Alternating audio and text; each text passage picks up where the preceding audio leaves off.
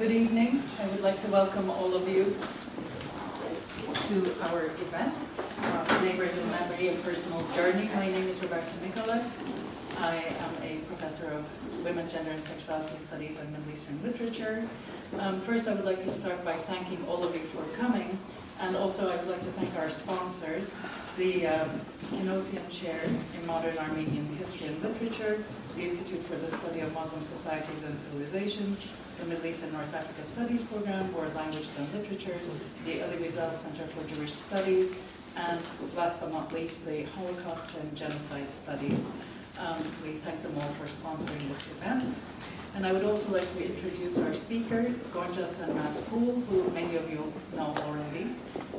But in any case, for those of you who don't, she's a American citizen of Turkish descent who's been a member of the Boston media community for the past 28 years, producing stories for the nationally acclaimed Chronicle News magazine at WCBB-TV in Massachusetts.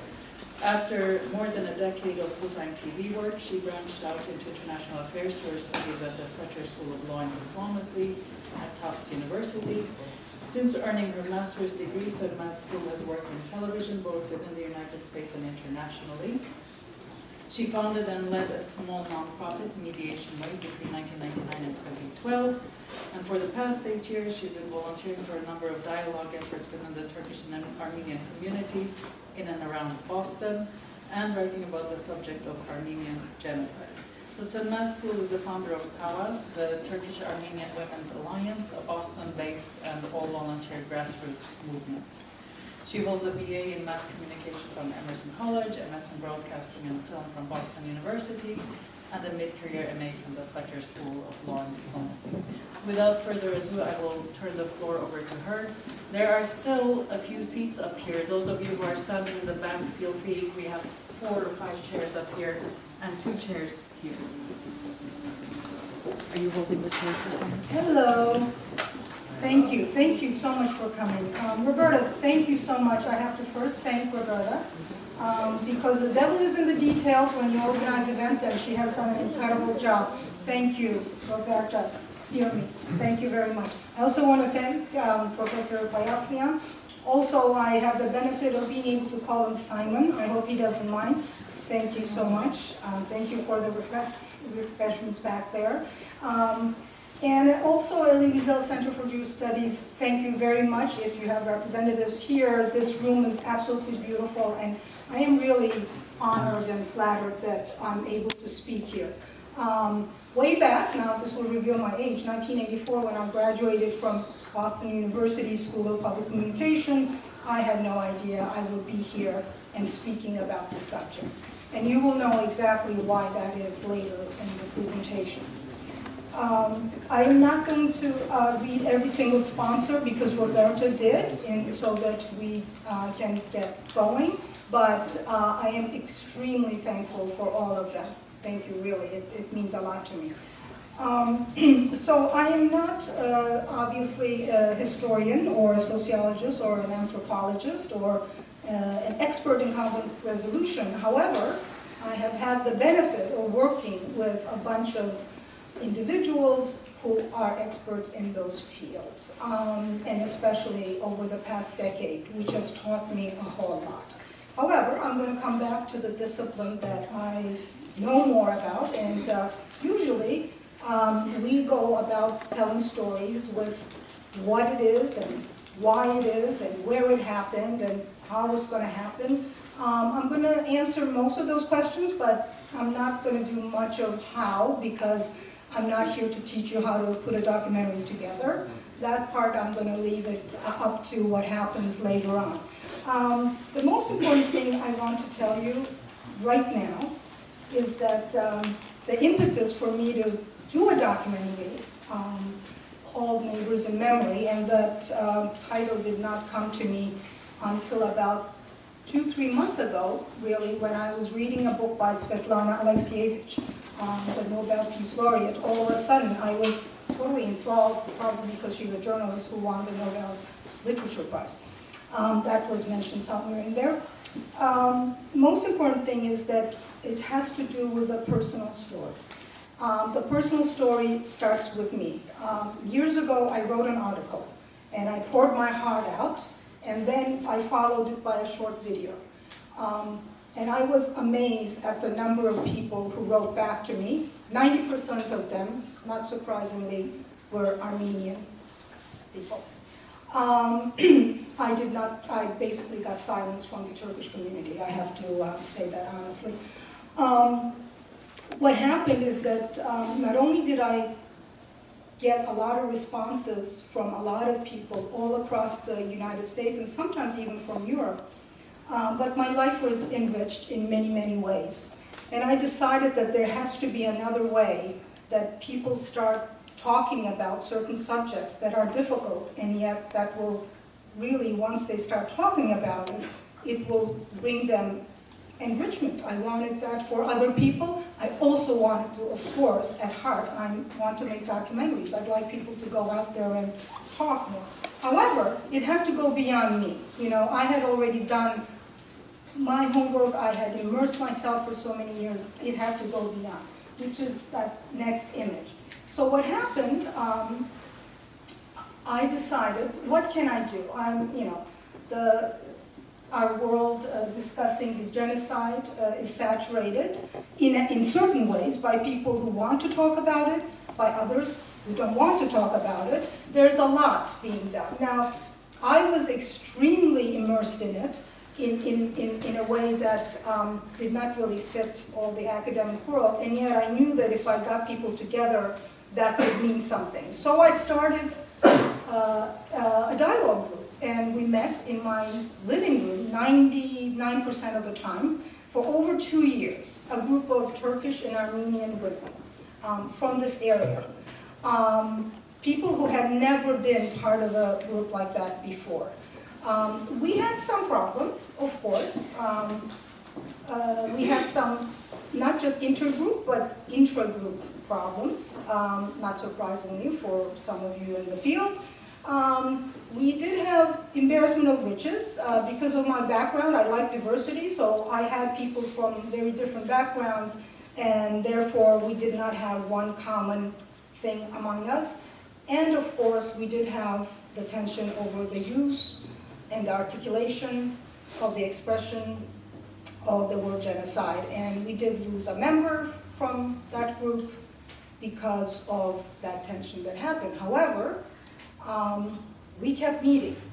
We kept meeting. There was a big tension, but we kept meeting. And I think what ended up happening is that even though we stopped meeting regularly after 2014, relationships were formed. I know it for a fact, and we can talk about that more later.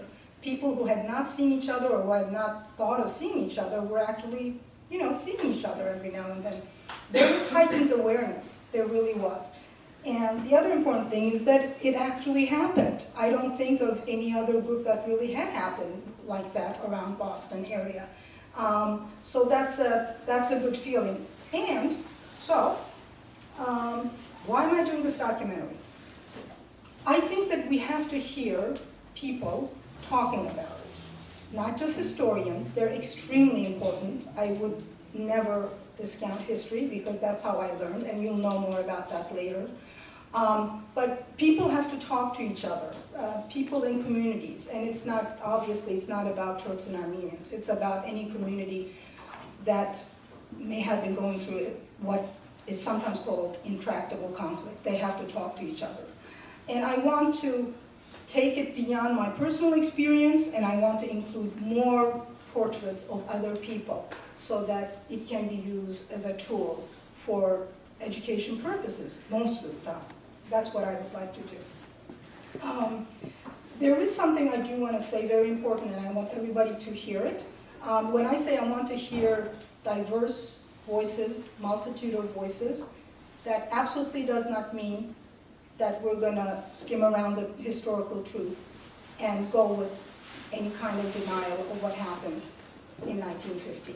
That is one thing that actually I dealt with a lot. The reason why I was probably a little strong and fierce in standing with what I wanted to do for many years was because I did not want to dilute the issue by talking about just how nice and cozy we can sit around and have köfte or dolma with our Armenian friends. Because I think There is something about historical truth that is wrong. It's about social justice. It's about an international crime, and I don't want to dilute that.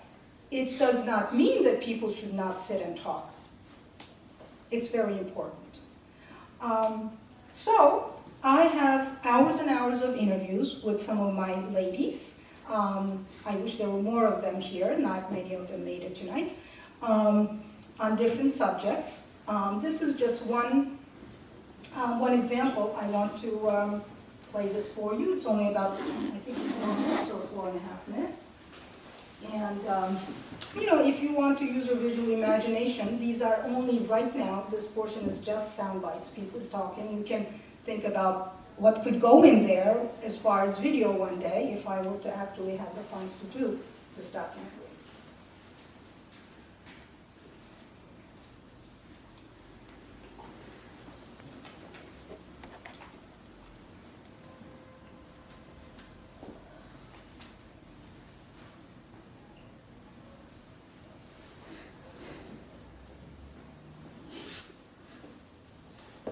I know I got into a conversation long ago, like when I was in college, where somebody I was talking to said that the genocide didn't happen. And I don't know who would have said that other than a Turkish person. Maybe somebody else would have, but I mean, I'm guessing it might have been someone who was Turkish. And I remember being in this very fraught situation with that person. It's happening to me right now as I'm recalling it. Something happened the minute he said, it was a man, the minute he said that, I felt my palms tingling, and I looked down and my palms had broken out in beads of sweat, a thing that has never happened to me before or since. My own father fought in the First World War, and he switched from the Ottoman army to the Republic Army and fought at 2 fronts. During the Independence War. And I have his medal in my Istanbul apartment. So, but he never spoke about it. I mean, it was like, I wish, with my so-called progressive mind, I wish I could talk to him now. But as I was growing up, these were never discussed. What he fought or why he fought. Yeah, I was maybe 7, 8 when we'd go to New York. So that was always, this activism was part of my family. These same scouts, we would go camping, and we have songs, very patriotic songs that we sing from the Armenian Revolutionary Federation. It's their like youth group and so forth. So the songs are very patriotic and very anti-Turkish,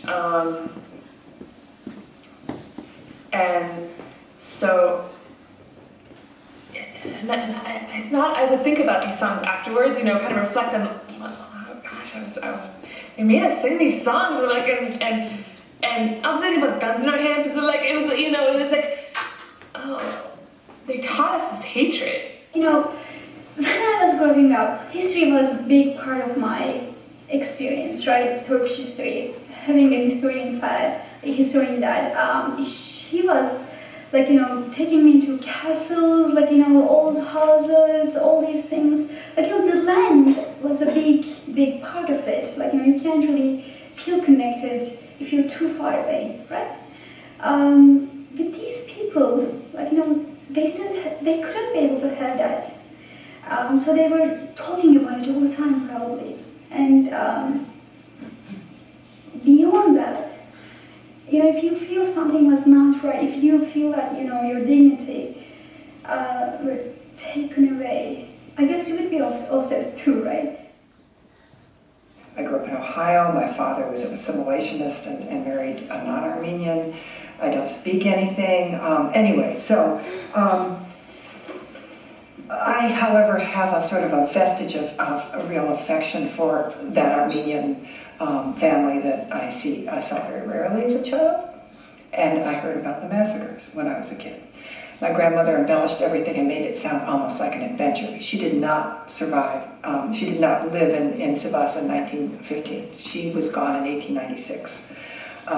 She was a young girl when she left Turkey. My grandfather was 19 when he left, but it was in 1909. So, and he was from a much more prosperous family, also from Sivas. They had a big business which had some sort of connection with someplace in Istanbul. And he knew English when he came, and his family lost everything. He lost his parents in the 1915 events. So that's just one area that we have seen. Of course, I have done interviews where we have talked about, for example, first encounter with a person of Turkish or Armenian ancestry. We have talked about why these ladies came to meet in my living room all those hours in the first place. Because why you come there actually has something to do with a lot of other things, like why you're actually showing up, and maybe that's a first step. And also, of course, I do have clips specifically about the word genocide, and why is it that it is important, and for what's in each level.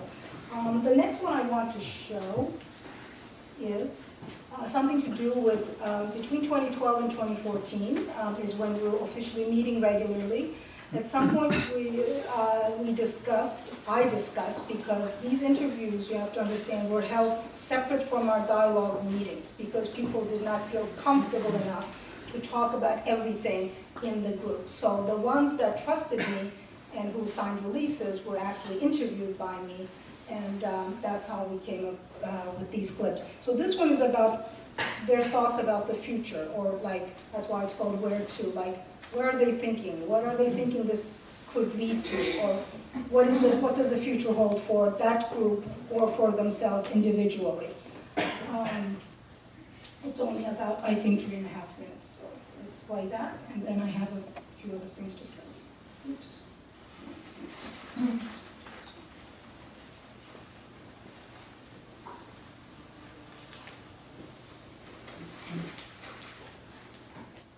I can't just say, ignore the past, like this, like, jump into the future, experiencing things. That's not what I'm saying. But I believe, we can be a great example for many other controversies, between other nations.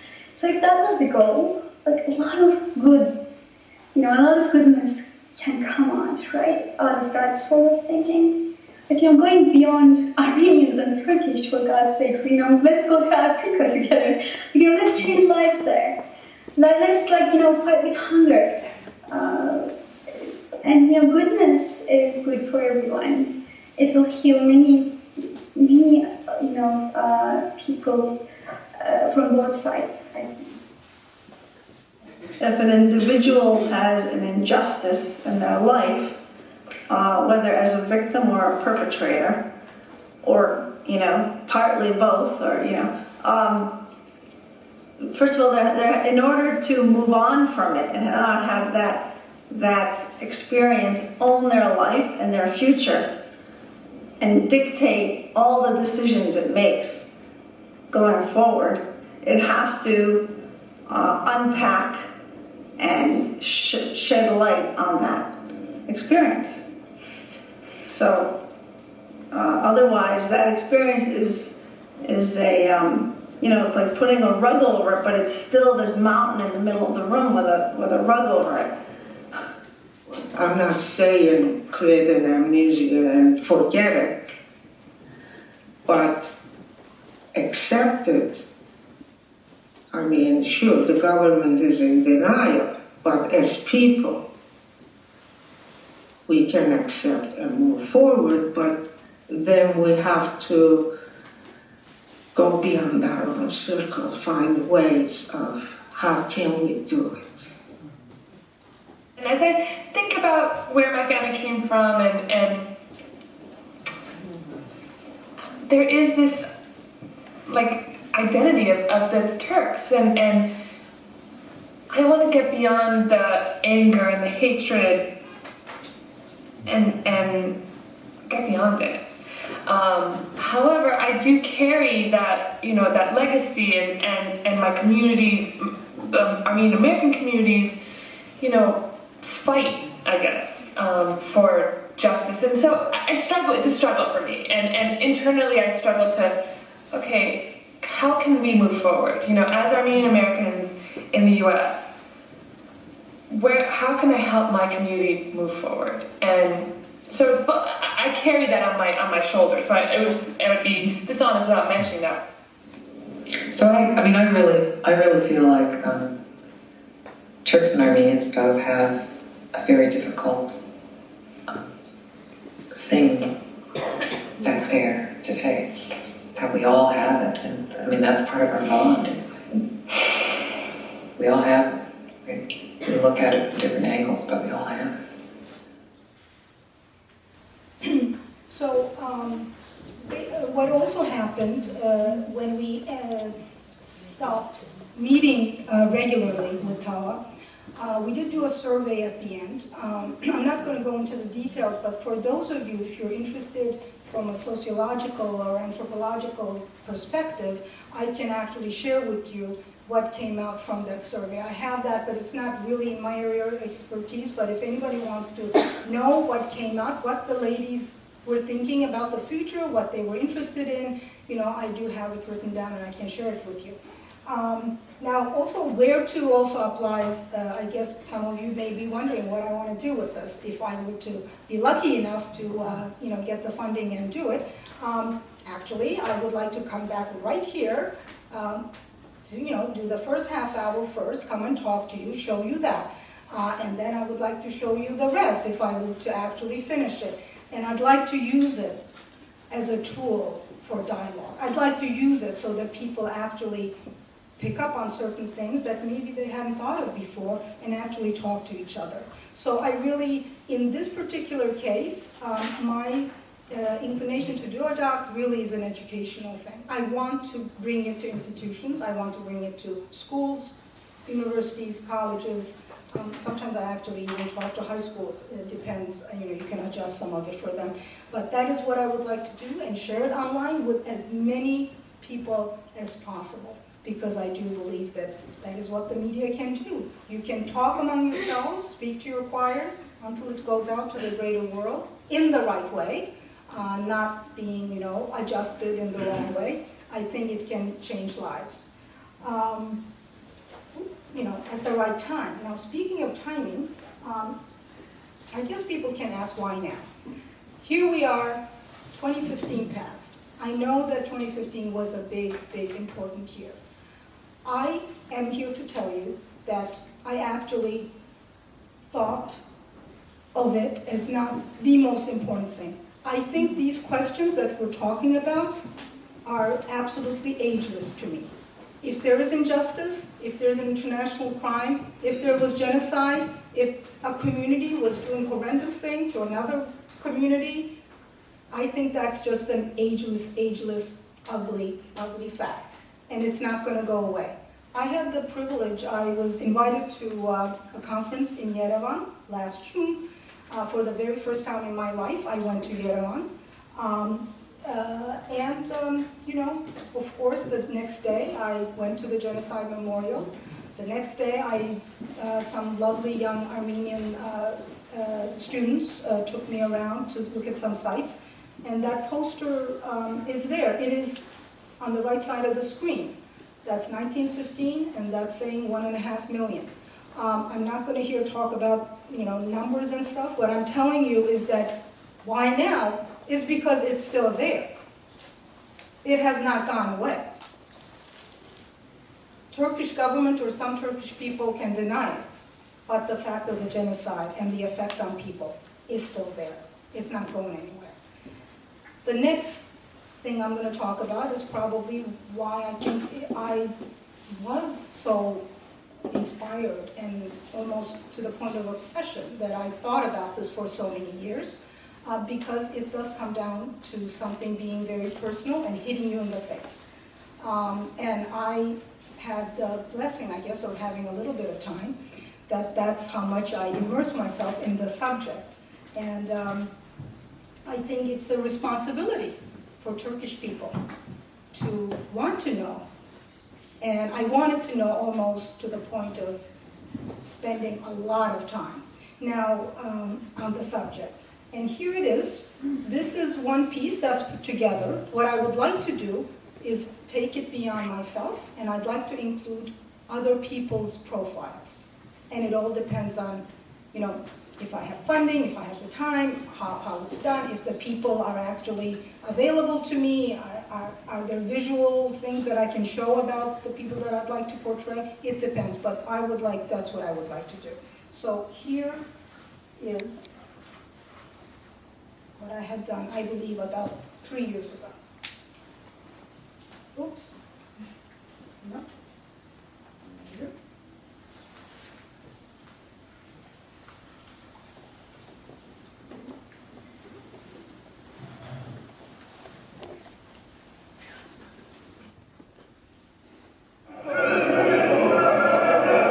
April 24th, the day Armenians around the world remember the year 1915, when thousands of their ancestors perished during what's widely known as the Armenian Genocide.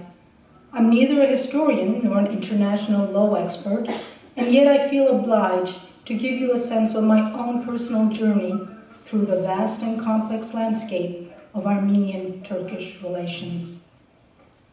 I'm a 54-year-old Turkish-American woman. I've lived in the Boston area for over 30 years, first as a college and graduate school student, later as a television producer, and most recently as a mid-career student of international affairs and minority rights.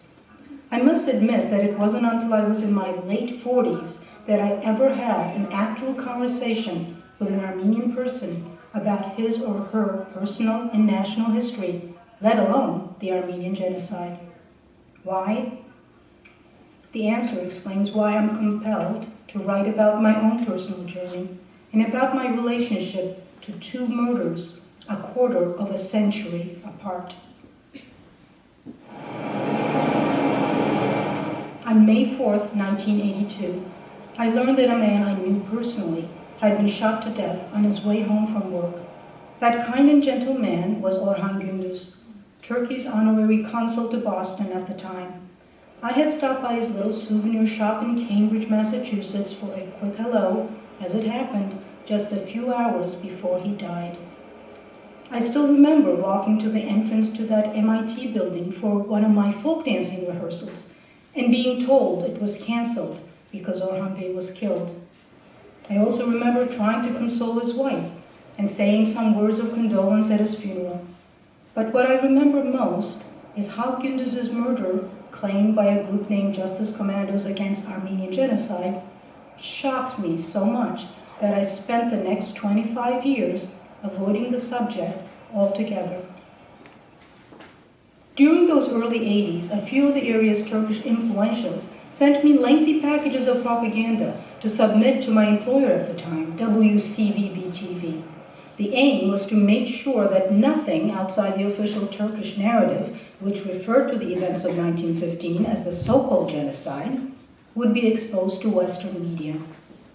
This was also the time when the program I worked on, the news magazine Chronicle, was producing stories about the richness of Boston's ethnic makeup. But there was no profile on the relatively small Turkish community then, and when it was time to air the Chronicle program on Armenians, I skipped work, the first and last time ever in my life. I simply wasn't ready to hear the G word repeated over the airwaves, and I knew it most certainly would be. That infamous, scary, to be avoided at all costs word, genocide. The reasoning was quite simple if you happened to be raised in Turkey. Like most other Turkish people of my generation, my knowledge about Armenians was limited to what I had studied in history classes. Armenians had sided with the enemy during the waning days of the Ottoman Empire, and for that they were forever marked as traitors for Turkey and the Turks. For 2 decades following the Gündüz assassination, I shunned the subject of the Armenian Genocide because it was too uncomfortable, too painful, and too difficult to deal with. In fact, when I attended a mid-career master's degree program at the Fletcher School of Law and Diplomacy, I wrote my thesis on the rights of Turkey's Kurds, bypassing the subject of the Armenians altogether. During those 20 years, I raised 2 children, instilling in them my own values of equal rights and social justice, but with one exception. I did not speak about the Armenians, or the reason that I had stopped going into Watertown, Massachusetts, with its largely Armenian population, after the murder of Orhan Gündüz, who my children had never met. Then came the summer of 2006, when I received an invitation to work in an Armenian-Turkish dialogue project. Soon after, I had started to immerse myself in the history of the Ottoman Armenians, a history that had gone missing from all the school textbooks I had read as a child. I heard the news of an assassination. Hrant Dink, a Turkish-Armenian newspaper editor, was gunned down in front of his office in Istanbul by a 16-year-old Turkish nationalist. I did not know much about Dink at the time. I knew only that he was the founder of Agos, the first community newspaper in Turkey printed in both Armenian and Turkish.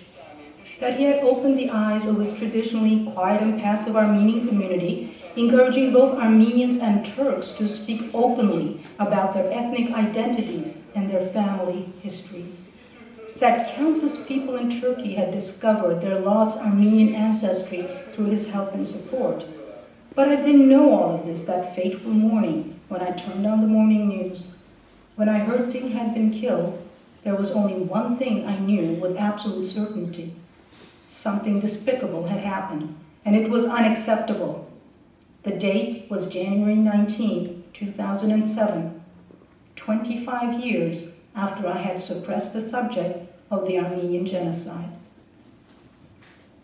For the next 5 years, I followed a long and winding road of learning, reading, and thinking, of hearing from a variety of people, locally and internationally, in person, over the airwaves, and on the internet. I attended workshops, participated in events, watched countless videos and films on the subject of the Armenian genocide and its aftermath. Most of all, I made friends with Armenian Americans with whom I'd been living parallel lives while never exchanging a word. As I became acquainted with the names of former Armenian villages and understood why every Armenian I met would mention the name of a village I knew only by its Turkish name, I was saddened and enraged by the lack of information and by the taboo-promoting silence I had experienced growing up in Turkey. Was a deep well dug up. They pushed us all in there. Whether the realization comes after a quarter of a century, as it did for me, or overnight with luck and soul-searching, I believe that all Turkish people need to know and accept one simple truth. Somewhere, somehow, an ancestor of theirs may have taken the life of an innocent Armenian person just because that person was Armenian. Period. When that is understood, digested, accepted, and inscribed in the hearts and minds of every Turkish person, then and only then can we start a new chapter. And in that chapter, the discussion will no longer be an argument about the term genocide, the definition of intent, or the total tally of killings on either side. It will simply be a discussion about the question we want to leave for our children to ponder. How do we deal with the other? Orhan Gündüz was killed because he was a Turkish diplomat, and he represented the misguided silence on an issue that affected millions of the world's Armenians. Hrant Dink was killed because he was an Armenian from Turkey who spoke up and promoted the opposite of silence on the same issue. As a human being who abhors the notion of stereotyping, humiliating, attacking, targeting, or killing because of anyone's ethnicity, I cried the same kind of tears over those 2 murders. But here's where those 2 heinous acts diverge in my heart and soul. While the first murder led me to years of silence and ignorance, the second led me to truth-seeking and knowledge. Only time will tell whether Dink's legacy will indeed transform the country of his birth and death. We have lived together on this land for a very long time, and therefore we possess a common memory. And yet we have transformed this common memory into a string of one-note memories. We are speaking to our own choirs. Isn't it time we change these monologues into a dialogue so that we can work on reconstructing our common memory? I think a lot about those two politically charged murders, Gündüz's and Dink's, bookends of sorts in my re-education journey.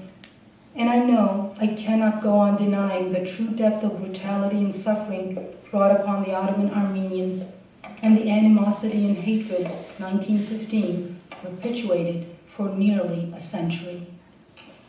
On a more personal level, such a denial would be an affront to all of my new friends and acquaintances, not only because they happen to be Armenian, but because they are first and foremost human beings who I care about.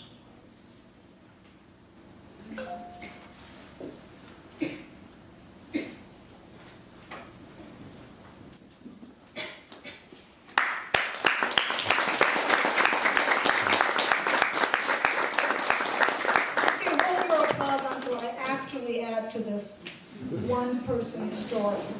That's the whole point. My computer is making sounds, but we're, so that is the point.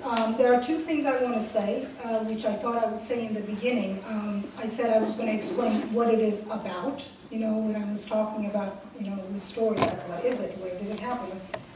So one thing I think I'd like to leave you with is that the documentary I want to make is about 1915, but it also is not about 1915. I don't know if that registers with you. To me, it's kind of clear. Of course it's about the Armenian genocide, because if it hadn't happened, this horrible thing, I wouldn't be standing here. However, what I would like to put on video and having a lasting legacy is something that is not about the horrendous things that happened there. It's about something else. It's about the women who are sitting and talking right now, currently, and what their memories are. Whether it's their memories or their ancestors and grandparents, that is what I would like to do, if I can. If you want more information, there are some links there about, like, if you want to know who I am more, you can look it up. We are trying to obviously do a fundraising campaign. That's why there's a Kickstarter thing there. And the easiest and old-fashioned, showing my age, you can always email me. Email me, that works. Doesn't have to be Facebook or whatever, or chat or Instagram or whatever, but email me or just find me basically by asking around, and you will find me if you have questions. But the most important thing now is that I think sometimes when a subject is very close to your heart, you go on assuming that you have said everything that is to be said, but it probably is not the case. So anybody who has any question about anything, I love questions. I love questions, especially, young people or anyone else. Please, whatever questions you have, please ask. I'd love to answer them. Can we clap that? You can do anything you want.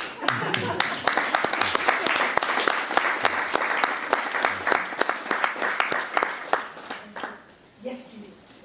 I wanted to ask about the current situation in Turkey today, because it's very worrisome and has been really targeting a lot of different people, not only minorities, but minorities are part of it, and then of course members of parliament who are in the opposition party, and journalists and academics, and freelance stores. So we know that it's a very difficult world to be in.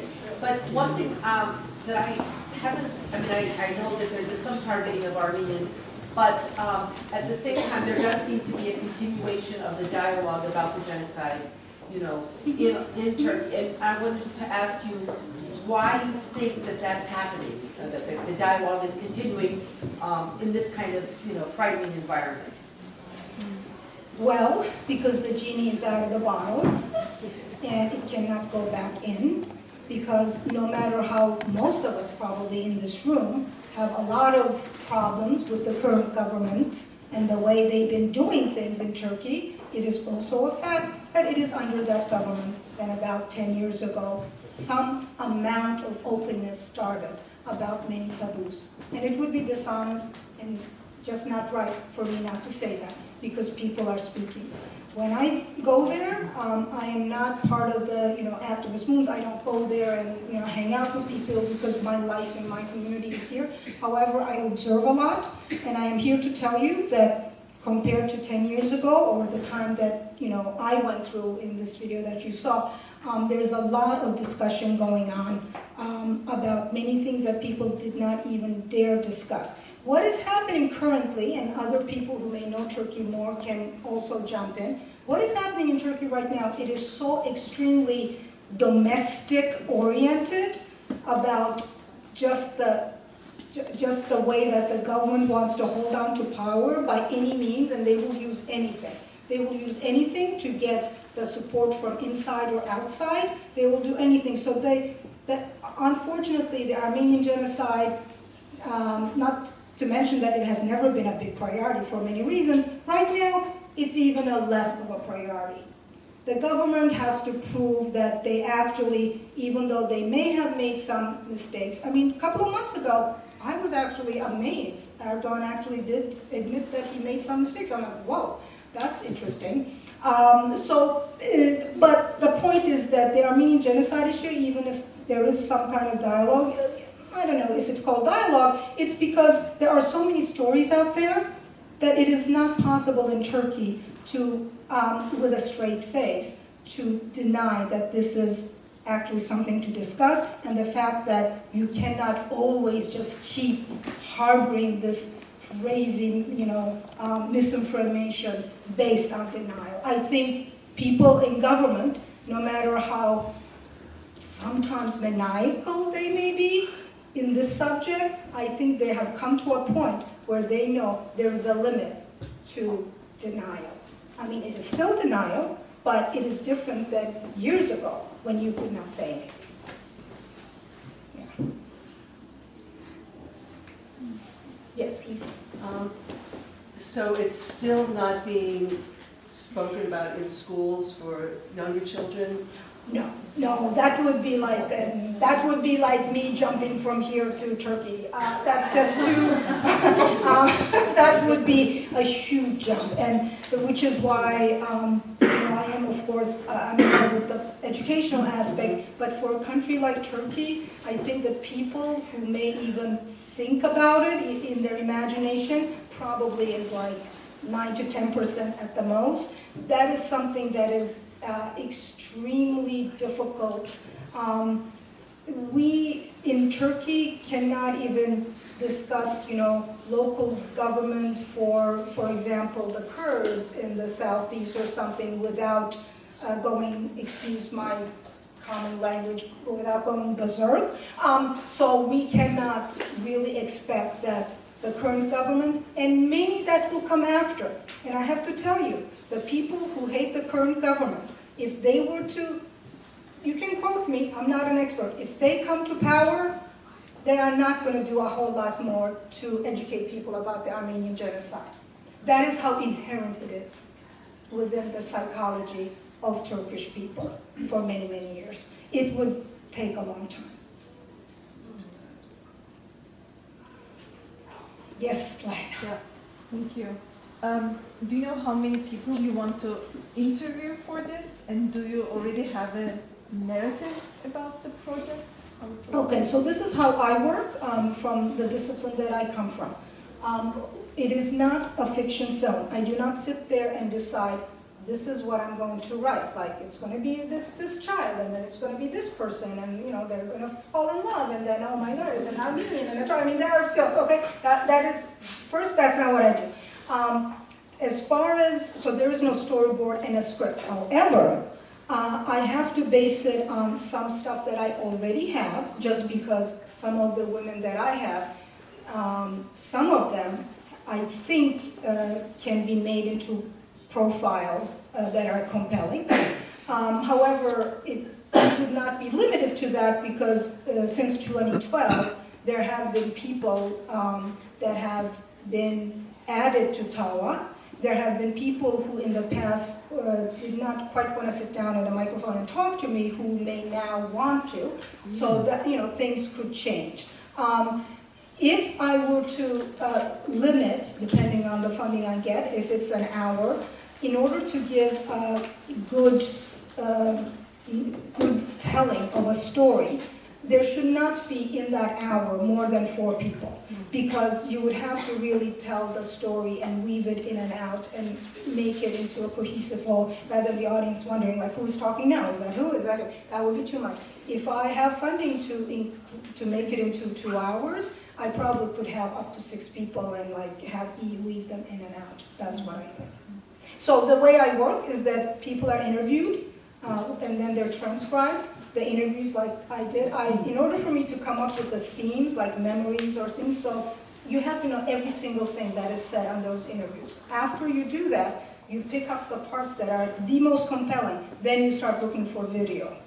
And that's what is time consuming, and that's why you need funding, because obviously, ideally, I cannot talk about memories and stuff that have to do with the other side of the ocean. I would have to go there, I would have to go there and I would have to shoot film there. Ideally, I would like to also go to Armenia, of course, to follow people who may have something to say or relationship to Armenia. Yes, Bart.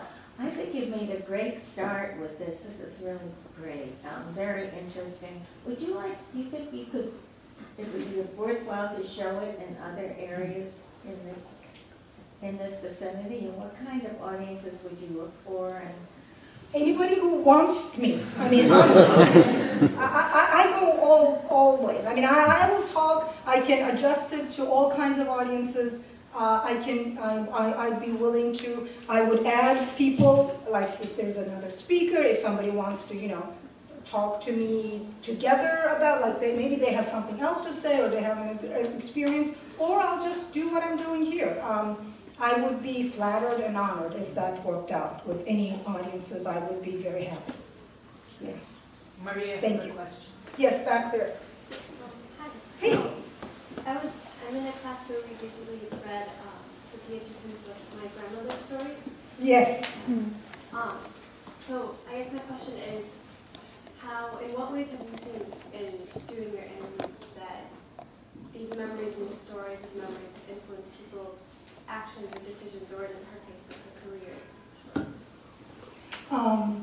People who have been like the ladies in my group, for example, those kinds of things. What they have found out in history, or like if they had read, for example, Fethiye Çetin's book. Is that what you're asking? If I talk about the women in this particular group, some of them are women who already are involved in some way here with the Armenian community, culture, and research and other things. So they would not be actually learning something new and going from there because they already have thought about it. It's part of their world.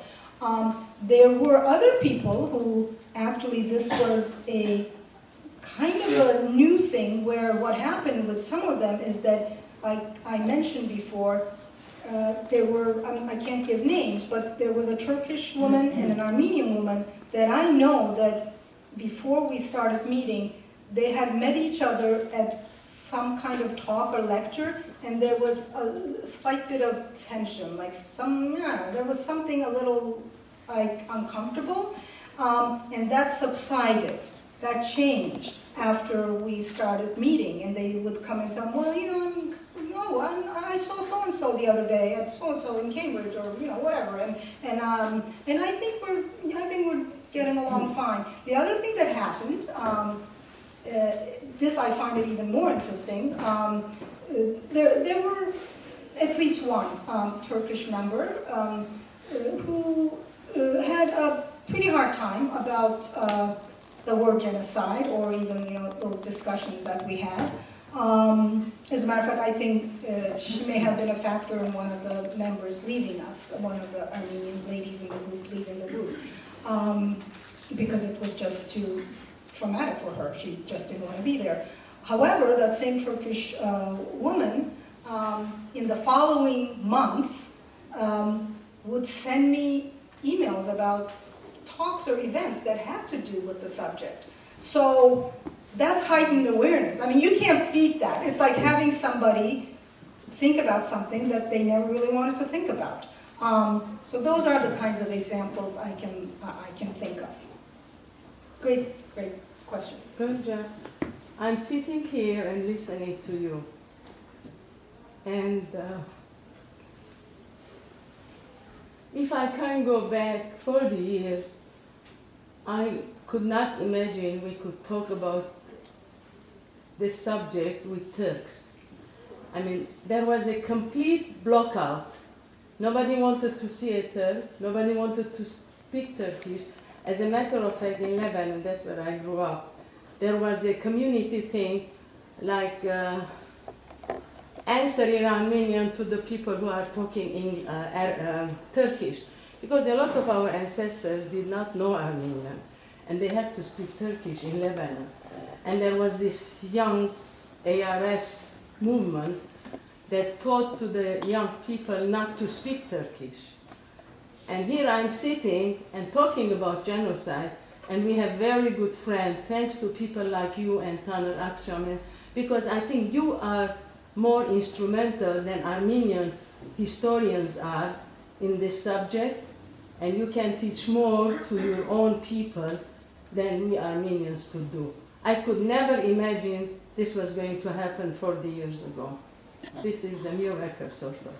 So I thank you very much, and we all have to thank people like you who are spending your time and your money to educate people.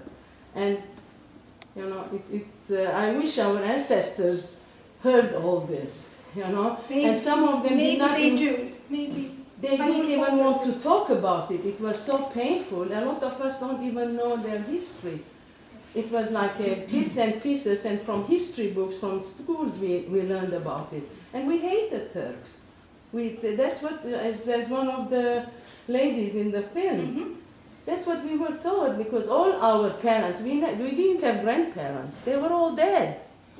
A lot of us did not grow with grandparents. So, thank you very much. I thank you, because you actually exemplified why I'd like to do the doc and why I'd like to talk more and get people talking, because that's basically. It's really a miracle that these things are happening now. It is. And thanks to you. Things are going to change. It has to. Thank you. I'm going to the hurdles you've had to overcome. What's that? The hurdles that you've had to overcome to get to this point. You know, I think that's very courageous of you, and it's emotional for me to speak about this, but thank you very much for doing this, you know, for not just for Armenians, but humanity. Thank you. But I had a lot of help along the way, and a lot of you are in this room.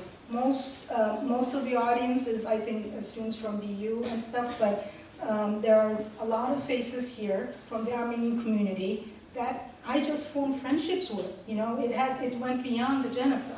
And that's actually the point, that if you have relationships and if you're going beyond, you know, your day-to-day, basically your little inclusive little circle, that's how you start to think about things differently. That's how it starts. I mentioned about the assassination of the Turkish consul. I believe it was Central Square. Yeah, yeah. I mean, when that happened, my first thought was, this is not the way to bring justice. Yes. I'm sorry, some Armenians feel that.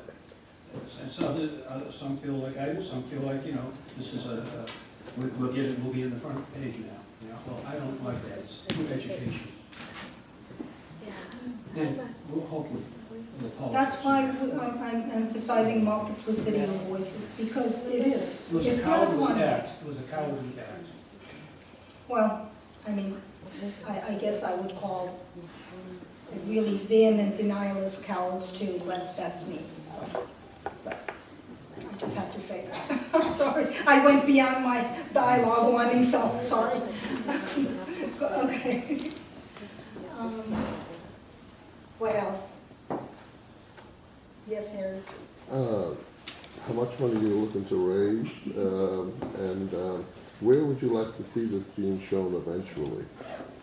I tried to touch upon that, but let's thank you for asking that. You know, unfortunately, money makes a difference. I started a little campaign online on Kickstarter looking for $25,000, which would not pay at all for an hour documentary in the standards that I'd like to do it in. However, it would be a jump. And I am here to tell you that over the last 2 weeks that I think we started the campaign, there is now close to $4,000 that's donated, but the way Kickstarter works is that unless you get the exact 25,000, none of it matters. So there are some very generous people, 3 people, they're all in this room, but I'm not going to go through names right now, who have been very generous and have donated $1,000. In a way, if I had 22 other people, that would make $25,000. So that's what it is. As far as what I want to do with it,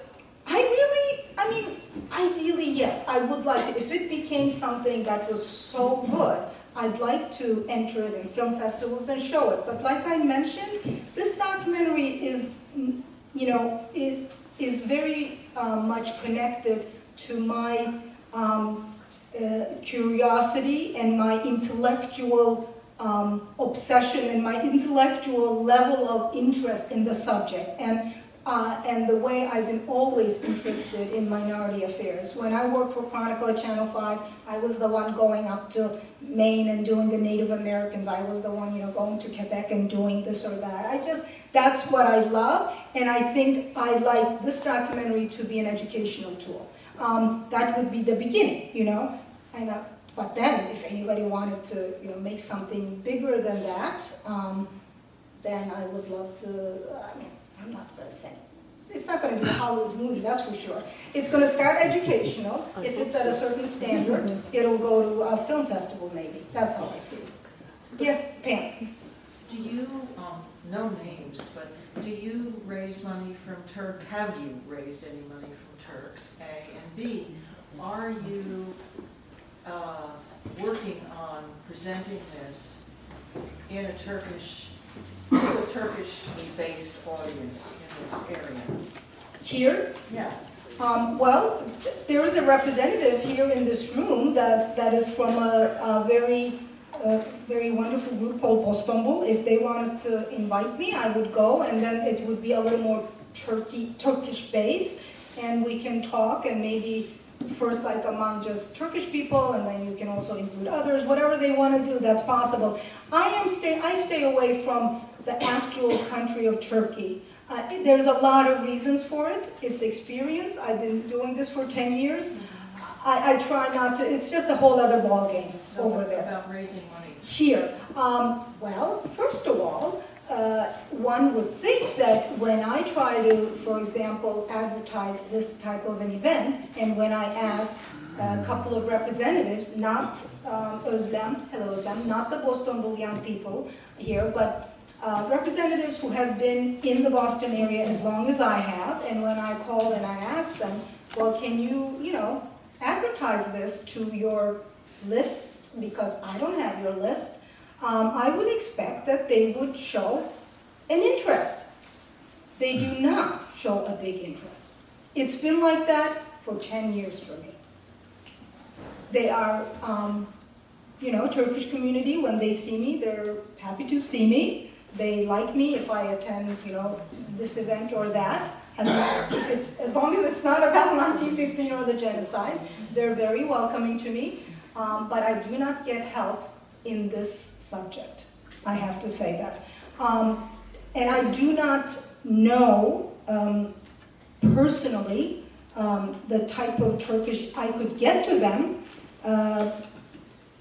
through other people, people who may want to fund something like this, but I do not have a direct way to them. And I would think that if somebody really cared, they could very well find me. They know what I'm doing, they know who I am. If they cared to start a dialogue and give me a little bit of money, yes, they could. They could give me $25,000, they could give me $50,000, they could give me $100,000. I know it's there. It's up to them. Zara. May I I add my 2 cents? Of course, as please do. one of the few Turks Yes, here. yes, from my group, yes, Lena, please, come. Film star. I go to Turkey often. I was there all of October. Turkey has such major problems now. The Armenian issue is not in the forefront. The biggest concern is Gülen movement, and therefore all of even the opposition party, minorities, everybody is behind the present government now because they fear Gülen is like the Iranian guy who flew in from Paris, took things over. They will work in silently. That's the biggest fear. So Kurds, Armenians, etc., it's going to be okay. I have close Armenian friends in Turkey. I went to school with, and when I was part of this group and I was having a cup of coffee with them in Istanbul, they were amazed that this was an issue here. Either they are afraid or they are so assimilated that they don't see beyond it. So I don't know who Gonca talks to, but among my relatives, close friends, the issue doesn't come up. If it does, they say it was wartime, many Turks suffered too. End of question. Yeah, well, that's not different than what I answered that question. We have to jump a very big mountain for people to actually start thinking that this is an issue. Yes, Judy.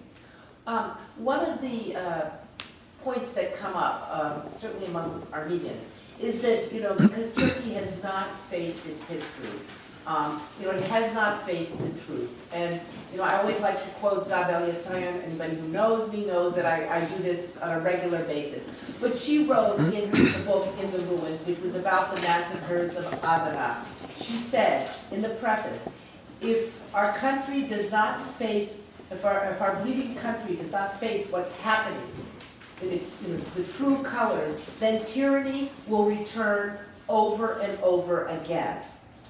And basically, to me, what she is describing is what has happened in Turkey over the last 100 years. There have been better times and worse times, but there have been many military, coups. There have been, there has been an attempt to silence dissidents, whether they be Armenians or Kurds or communists. It doesn't really matter. This is an ongoing process. What's happening today is, again, an attempt to silence people. So many journalists, are in prison. So many academics are in prison.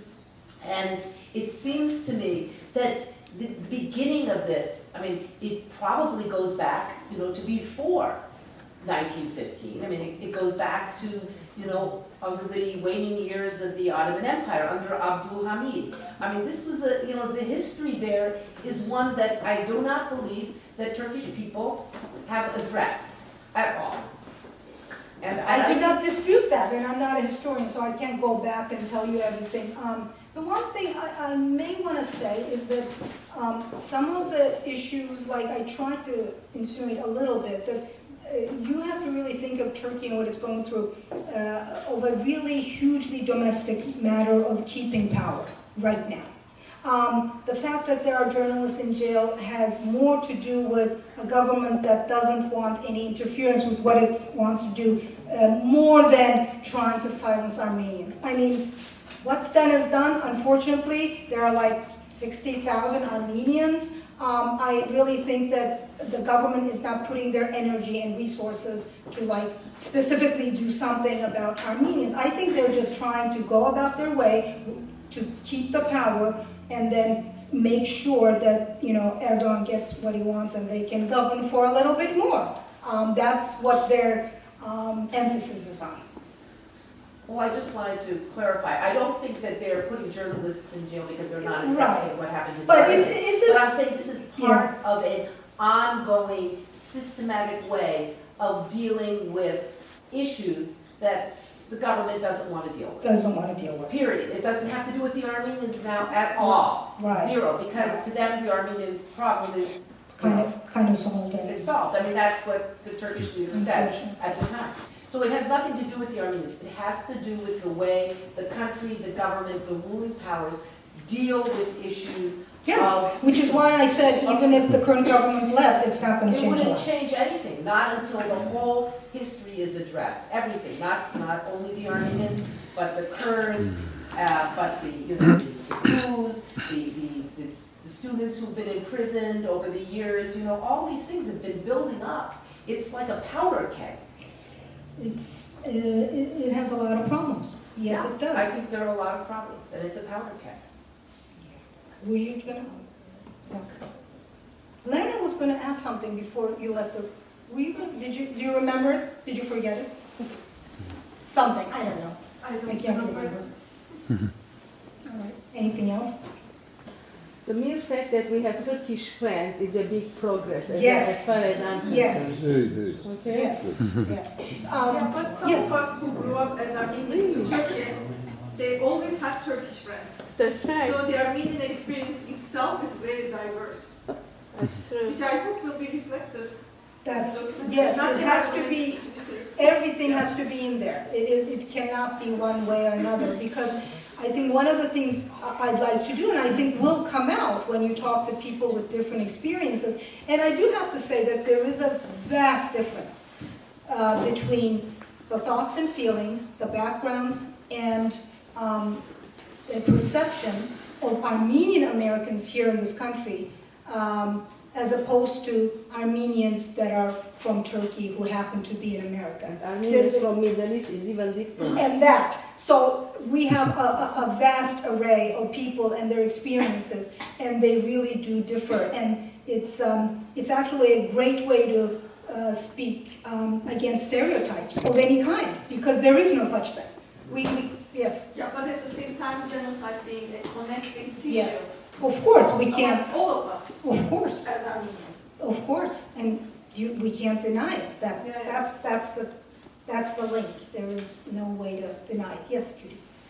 I think this is going to be such an important contribution, and I'm thinking back to some conversations after Women of Ararat was put on, and there are a number of directors around the country interested. They're not Armenian, they're not Turkish, but they saw in it the ability to create the opportunity for conversations about people on opposite sides of a very contentious issue, being able to, first of all, talk about the issue, and then coming to the truth of what really happened. That's a really hard thing. And you think about what you just said before, that certainly most Turks have been raised believing one thing, that's all the education they've ever gotten. And one of these directors said something interesting to me about how the students often learn, this is all college stuff where we were talking, they often learned about contentious issues not by either party on either side, but by some other student who has learned and absorbed a lot and become very well educated on the issue and has led the conversations in the cafeterias or wherever, where it's very clear to everyone that person isn't coming with a personal stake, that I as an Armenian or you as a Turk, but they're coming as someone interested in history and who wants to build bridges and create dialogues. And those conversations, a couple of these professors have told me, have been extremely important in moving things along. And I know that's partly what the guest book project was about too, that Richard Carney at Boston College has been partly involved with it. And details, but and one of the exchanges is between an Armenian woman and a Turkish man. And it's very, but those kinds of things we have to do so much more of. Oh, the one with Narina. Yes, exactly, the same one. But I think what you're doing will be so easily shared. We can get out to teachers. I think facing history in ourselves will be profoundly interested in this. Please do, because they haven't been very welcoming with me. So there I said it. I'm a very honest person. It has to be done in a quality in product. a certain way. No, it has to be done in a quality product. They have extremely high standards, but and you're in the earlier stages with this, but There's, and of course, right now with the election, they're getting, the phone is Oh, ringing yeah, off the yeah, hook yeah, there of course. to try to bring about, a semblance of a conversation that will reduce this sort of frenzy that. But thank you, that's encouraging, that if you think it, contributing to education is key. It's wonderful. I thought I saw somebody with a hand. Yes, hello. Yeah, are there other people who have discovered their Armenian ancestry who have come forward and made it public? Here or in Turkey? In Turkey. A lot of them. I could not think of the number right now, but those people are there. And then there are efforts to bring some of those individuals to find out and talk about their roots, and they bring them to Armenia sometimes, and then other than, also, of course, just knowing where they are in Turkey and where they're from, but they probably already know that when they discover their Armenian ancestry. But there are efforts to also bring those stories about. I've seen some online here and there. That's what I mean with the genie being out of the bottle. I mean, these stories are out there, people are finding out, just like Fethiye Çetin happens to be a very famous one, but there are other people, there are other individuals who have discovered that what they thought they weren't, and those stories are wonderful. I mean, if there was actually anybody in this area, I'd be interested in talking to them, but I don't know of anyone, like a Turkish person who thought one thing about themselves and discovered something else. Yeah. That would be very interesting. Anything else? Just add something. I think the fact that you have women as your main subject here, you could also think women-related places, context, projects. Thank you, yes. Or even to expose it, right? Like when they ask me, who do you want to show it to? Exactly, Yes. There are a lot of feminist studies centers, women studies centers in academia and down here. Women make movies is big, for instance, in terms of potentially sources of funding. I actually invited, I knew some contacts from filmmakers collaborative, but they're very small. I didn't get any response. They're women who do films. Attention to women making documentaries, and you are, as a woman, you're making a documentary about a controversial subject by involving women. It's layers. It's right. I think that is another community that you should be aware of. Thank you, because it's true. As the years go by, when I get together with the Tawa ladies, sometimes we're talking about just totally random things, including how annoying we are at our husbands. I mean, what a great subject, so, it happens. So that is the, that's a very good point. So anyway, I thank you. You've been a wonderful, wonderful audience.